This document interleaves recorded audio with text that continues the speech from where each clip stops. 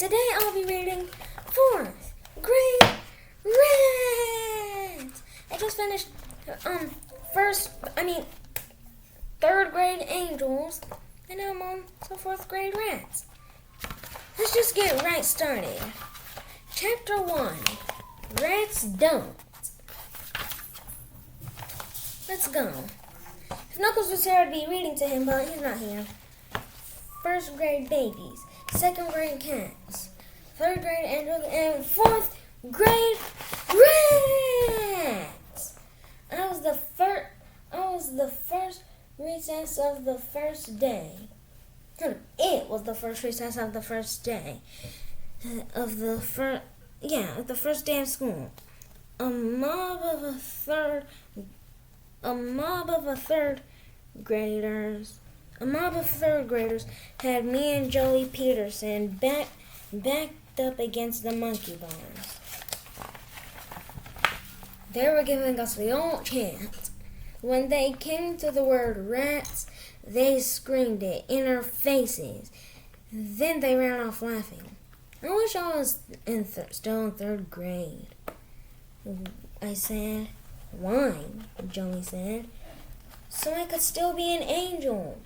Not me. He climbed onto the first bar. I waited 3 years to be a rat. He climbed to the next bar, and now I'm a rat. He climbed to the top bar. He shouted over the schoolyard, and proud of it. I started to climb. My sneakers slipped on a bar, and I went down instead of up. The first thing I landed on was my hand. My thumb got bent back, way back. Pain! I howled as loud as I could. That sounds like pain. It still hurt. I kicked the ground. The monkey bars the nearest tree. My thumb still hurt, and so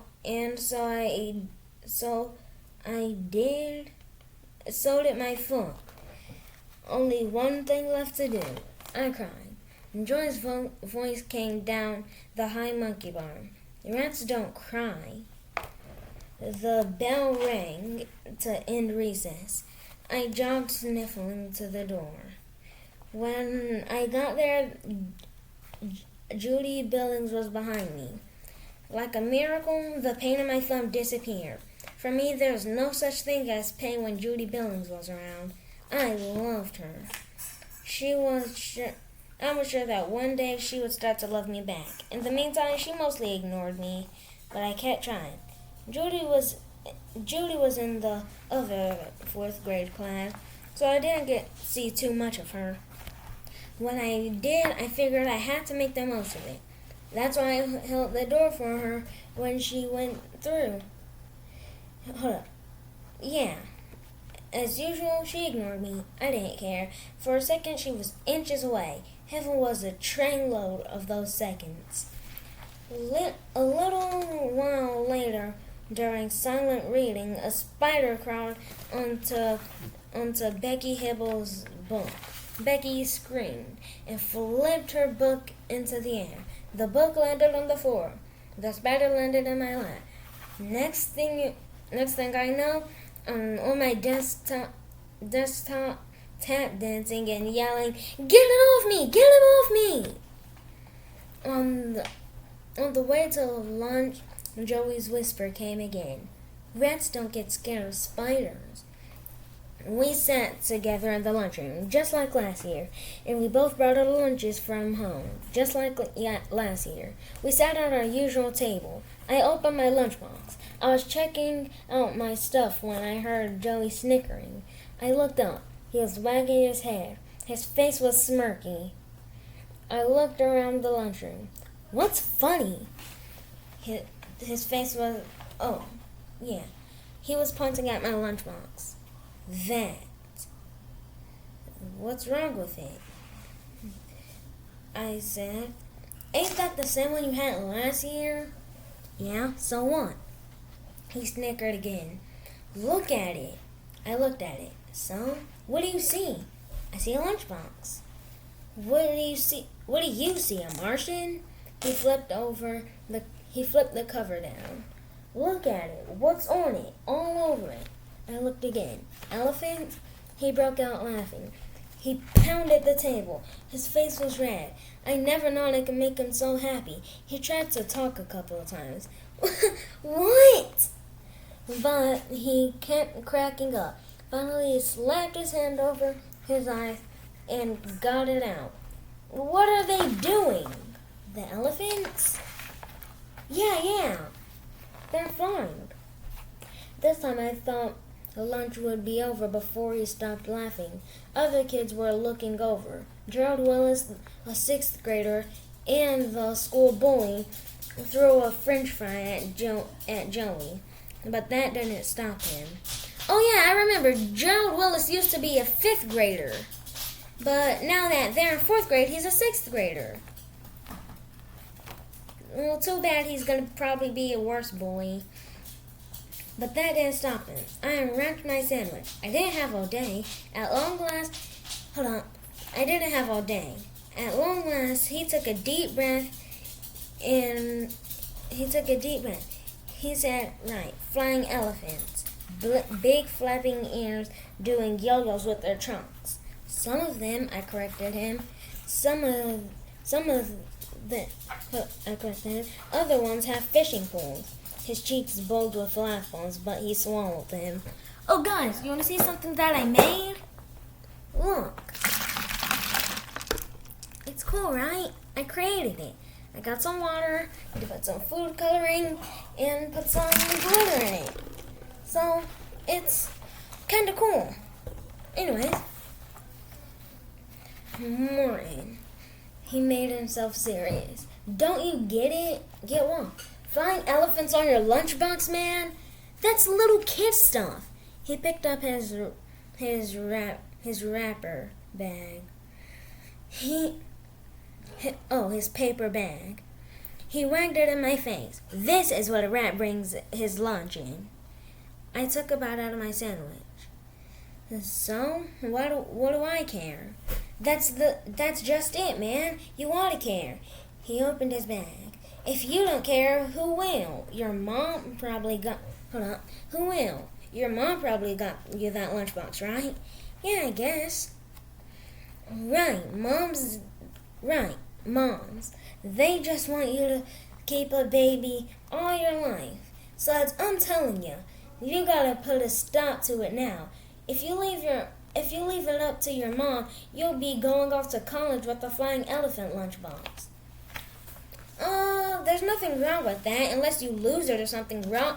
You know what? The only reason that you should ever get a new lunchbox is if you either lose it or break it. Cause I have a lunchbox right here. Look guys, I actually lost the lunchbox. This is only the cat, but this is a new one. I'm gonna have to get a new one. It might look cooler. See, if I had a flying elephant lunchbox like Suds did, then I don't care if I go to college with it. I get a new one if I lose it or if it breaks. I lost this one, so when I get to college, then I'll get a new one. Bro, what are you talking about? Joey, Suds' friend, doesn't want him to have this lunchbox in college. You're not even done reading the book? No! This is only chapter 1. What? Whatever. Just so you know, that was Knuckles. Look, he doesn't want us to have this lunchbox. It doesn't matter. Seriously, just keep the one you have until you lose it. That's more reasonable. Let's see what Suds says. I looked at my lunchbox. I had it since 1st grade when I was a baby and glad of it. Most of the other kids broke their lunchboxes or lost them, so they got new ones every year. Exactly! I just said that! Suds, I agree with Suds. Joey, I disagree. Jeez. Anyways. Let's see. Oh yeah. So they got new ones every year. My lunchbox just kept rolling on. The elephants were fading and some were starting to even look like hippos. But I loved my lunchbox. It was like a brother to me. Now that I thought about it, I wasn't even sure if I could eat lunch without it. And as for my lunchbox going off to college with me someday, well, to tell you the truth, I didn't see anything so bad about that. I looked at Joey. He was wagging his head and smirking again. Uh-oh, I thought. It was not just the lunchbox. Chapter 2, Real Meat. Real meat. Okay, I said, now what? That. My sandwich? You gonna put peanut butter and you're gonna eat peanut butter and jelly all your life? Why not? I said, I like it. I took another bite. He sneered. Yeah, right. I can see it now. You got this big fancy restaurant with all these fancy big shop businesses, business people, and everybody orders their dinners.